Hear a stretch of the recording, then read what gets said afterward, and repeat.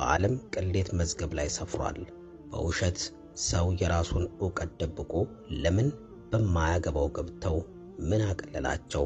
የኢቢኤስ ዮናስ ከበደና የተላላኪ ጋዜጠኞች የውርደት ማህደር።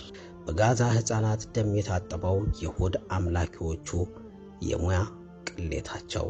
ጋዜጠኝነት እውነትን የማፈላለግ ድምፅ ለሌላቸው ድምፅ የመሆንና የተገፉትን የመታደግ የተቀደሰ ሙያ ነበር።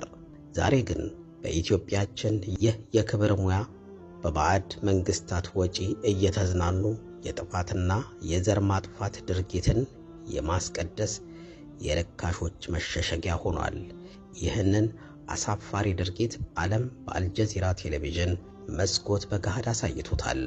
ጋዜጠኛ ዘካርያስ ዘላለምና በቴክኖሎጂው ዘርፍ በአንድ ወቅት መምህሬ የነበረችው የቀድሞዋ የጎግል ሪሰርች ዶክተር እምኒት ገብሩ የምዕራባውያንን አፍራሽ ሴራና የሞራል ኪሳራ እርቃኑን አስቀርተውታል። ከነዚህ የሞራል ዝቅጠት ካሳዩት ጋዜጠኛ ተብዬዎች ውስጥ ግንባር ቀደሙ የኢቢኤሱ ዮናስ ከበደ ነው።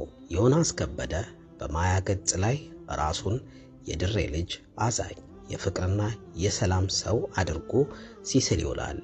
ከካሜራ ጀርባ ያለው እውነታ ግን እጅግ የሚያስጠላ ነው።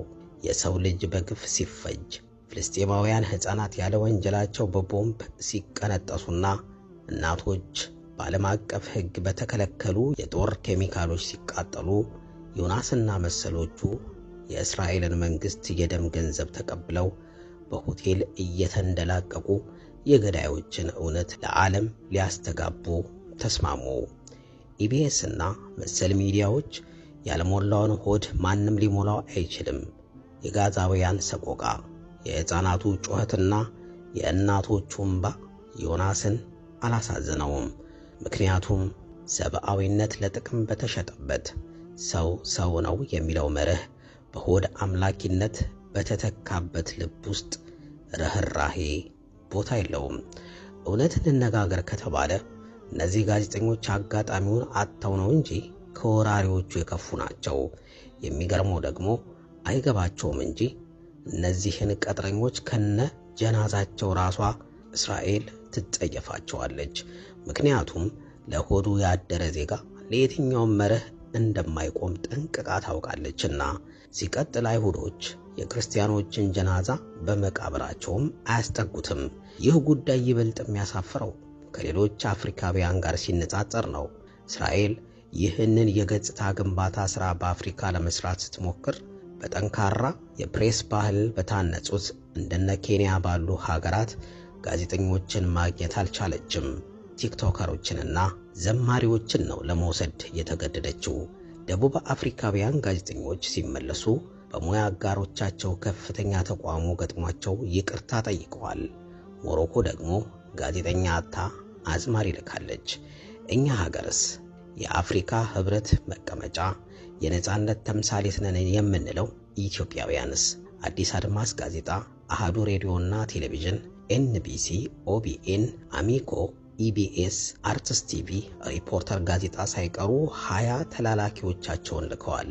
ከዚህም የባሰው የኢትዮጵያ ሚዲያ ካውንስል ቦርድ አመራር የሆኑት አቶ ታምራት ኃይሉ በዚህ አሳፋሪ ጉዞ መሳተፋቸው ነው።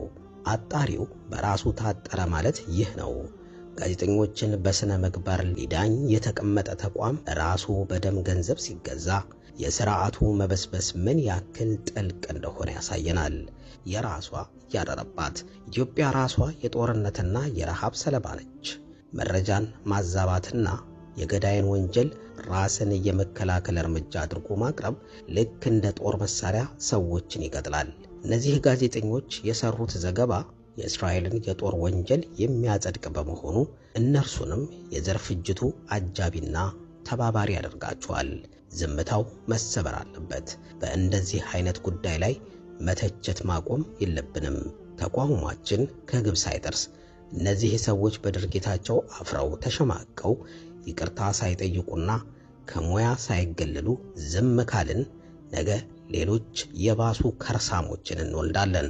ይህንን አስነዋሪ ድርጊት በማጋለጥ ታላቅ ሥራ ለሠራው ለጋዜጠኛ ዘካርያስ ዘላለምና ለስታንፎርዷ ምሁር ዶክተር ትዕምኒት ገብሩ ትልቅ ክብር ይገባቸዋል።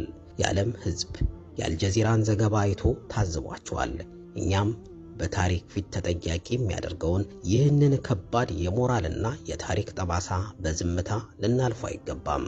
ሰብአዊነት ያልፈጠረባቸውን በግፍ ለሚጨፈጨፉ ሕፃናት ደንታ የሌላቸውንና ሆዳቸውን ከሙያቸው ኪሳቸውን ከህሊናቸው ያስበለጡትን የኢትዮጵያ ሚዲያ ነቀርሳዎች እስከ ጥግ ድረስ ልናጋልጣቸውና ልንጸየፋቸው ይገባል።